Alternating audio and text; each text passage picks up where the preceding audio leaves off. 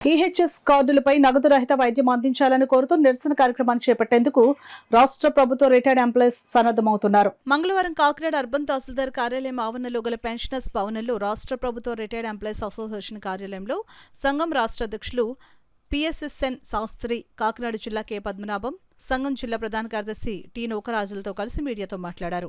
రాష్ట్ర వ్యాప్తంగా ప్రైవేటు ఆసుపత్రుల్లో ఈహెచ్ఎస్ కార్డులపై తమకు వైద్యం అందించేందుకు ఆసుపత్రి వర్గాలు నిరాకరిస్తున్నారని, దీనిపై ప్రభుత్వం స్పందించి తమ సమస్యను పరిష్కరించాలని కోరుతున్నామని అన్నారు.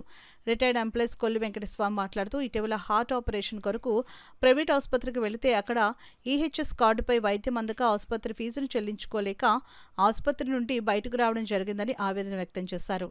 ఈ సమావేశంలో సంఘం కోశాధికారి కుమారి శేషగిరి, సభ్యులు ఎన్ వెంకట్రావు, భాస్కర్రావు, ఇబ్రహీం, బి రాంబాబు, విలియం, ప్రసాదరావు, విశ్వేశ్వరరావు, సుబ్బారావు, నరసింహరావు, త్రిమూర్తులు, సత్యనారాయణరాజు, సుబ్బారావు, అర్జున్రావు, అజీజుల్లా తదితరులు పాల్గొన్నారు. మీద కాన్సన్ట్రేట్ చేయండి సార్. వైద్య నిమిత్తం ఎక్కువ డబ్బులు బడ్జెట్లు అలాట్ చేసి మాకు అందరికీ వైద్యం చేయమని కోరుకున్నాం. అట్లాగనే మాకు ప్యాకేజ్ ఉంది. మాకు ప్యాకేజ్ అయ్యి మీ స్లాబ్ రేట్ అంటారు, దానికి 2 లక్షలే. మీరు 4 లక్షలు, 5 లక్షలు, 10 లక్షలు వచ్చినప్పుడు కూడా మా అమౌంట్ 2 లక్షల వరకే చేస్తున్నారు. అట్లా కాకుండా దానికి 5 లక్షలు పంపాల్సిన అవసరం ఉంది. ఎందుచేత రేట్లు పెరిగాయి. మేము వెళ్ళి మా మన కన్ను గురించి కొత్త మా ఫ్రెండ్ ఒక ఆయన వెళ్తే మా కృష్ణ పెడితే అది టెస్ట్లకి 16,000 అయిందంట. ఓన్లీ టెస్ట్లకి 16,000 గడిచేసి తర్వాత వైద్యం చేయనన్నారు.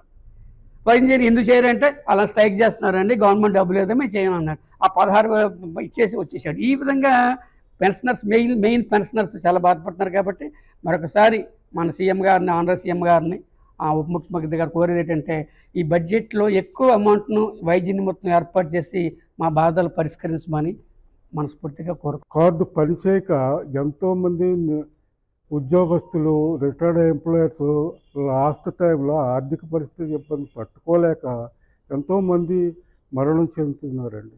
ఆ విధంగా మాకు ప్రభుత్వం వారు సహకరించి మా యూనియన్ తరఫున, మా సెక్రటరీ తరఫున సీఎం గారు, డిప్యూటీ సీఎం గారు కాదనరండి, దేనికి లేదన్నారండి. ప్రతి విషయం కూడా మాకు తెలియపరచండి, మేము ఇస్తాము. మీ ప్రెసిడెంట్ని, సెక్రటరీని మా దగ్గరికి పంపిస్తే మేము ఆ సమస్య పరిష్కారం చేస్తామని హామీలు ఇచ్చారు. అప్పుడు అందుచేత నా పరిష్కారాన్ని నాకు వెంటనే తొందరగా చేస్తే నేను బ్రతుకుతాను సార్, లేదంటే చనిపోతాను సార్ అలాగనేసి సార్కి చెప్తే వెంటనే నన్ను పిలిపించి వైద్యం చేయించారండి. వేరే దగ్గర వైద్యం చేయించుకొని ఇప్పుడు కొంచెం డాక్టర్ గారు రాసిన మందులు తీసుకొని జాగ్రత్తగా వాడుతున్నాను సార్.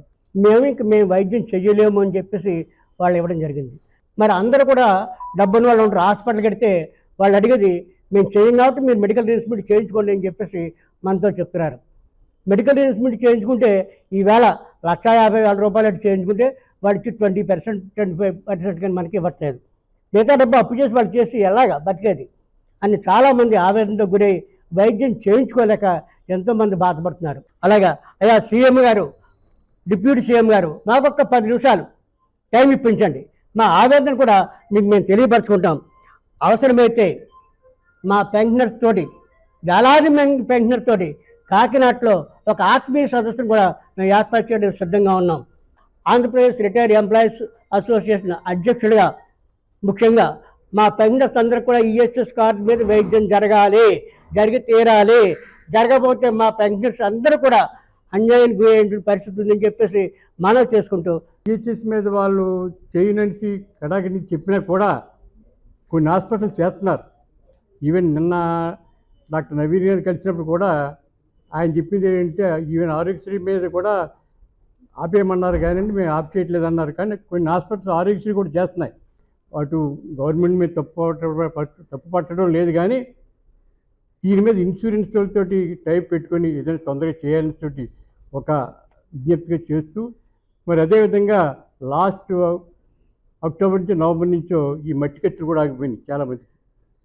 అవన్నీ కూడా తొందరలో రిలీజ్ చేయాలనేసి, మరి ఇకపోతే మన సీఎం గారికి ఎట్లాగా టైం లేదంటున్నారు కాబట్టి వచ్చే మార్చిలో మన జనసేన నాయకులు పవన్ కళ్యాణ్ గారు ప్లేనరీ సమావేశాలు ఏర్పాటు చేస్తా అన్నారు పిఠాపురంలో.